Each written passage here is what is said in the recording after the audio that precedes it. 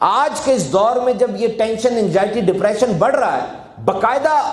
Psycho therapist یہ کہتے ہیں کہ جا کے سمندر کی لہروں کو دیکھو،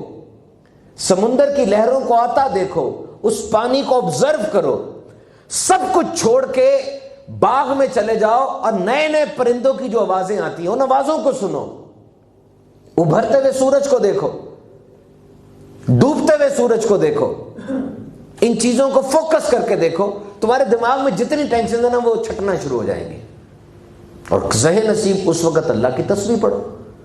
سورج کو دیکھ رہے ہو ابھرتے ہوئے، جو ابھرتے ہوئے دیکھو گے تو سوچو کہ یار اتنا بڑا بلب ہے، اور دیکھو ابھی یہ بلب نکل گیا ہے۔ اور میری ماں بھی جب میں رات کو سویا ہوتا ہوں اور رات کو میں پڑھ رہا ہوتا ہوں، بہت زیادہ پڑھتے پڑھتے پڑھتے میرا منہ ایسے گر جاتا ہے، مجھے نہیں پتہ چلتا، میری انتہائی پیار کرنے والی ماں آ کر بلب بند کر دیتی ہے، ایسا ہی ہے نا؟ تو وہ جو ماں سے 70 گنا پیار کرتا ہے، وہ دیکھ رہا ہے کہ تم سارا دن کام کرتے رہے، وہ بھی بلب کو بند کر رہا ہے کہ اب سو جاؤ، رات تمہارے لیے سونے کے لیے بنائی ہے۔ کوئی انسان کبھی مقابلے کا سوچ بھی سکتا ہے اس بڑے بلب کے ساتھ؟ تبھی تو فرمایا کہ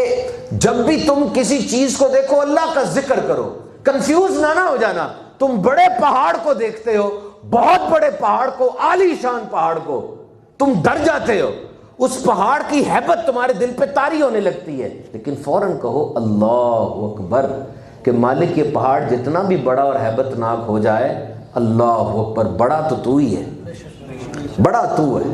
پہاڑ تیری مخلوق ہے، مجھے دیکھ کے جو پہاڑ کو ڈر سا لگ رہا ہے، بڑا تو ہی ہے، ساری کبریائی تیری ہے۔ تم پیاری پیاری تتلیوں کو دیکھ کر، اچھے جھرنوں کو دیکھ کر،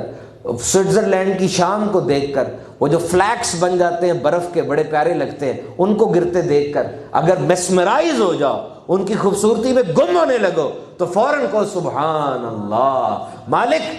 پیارا یہ بھی بہت ہے، لیکن ساری تعریفیں تو تیری ہیں نا، مصور تو ہی ہے، مصور تو ہے، رنگ تیرے ہی ہیں سارے کے سارے۔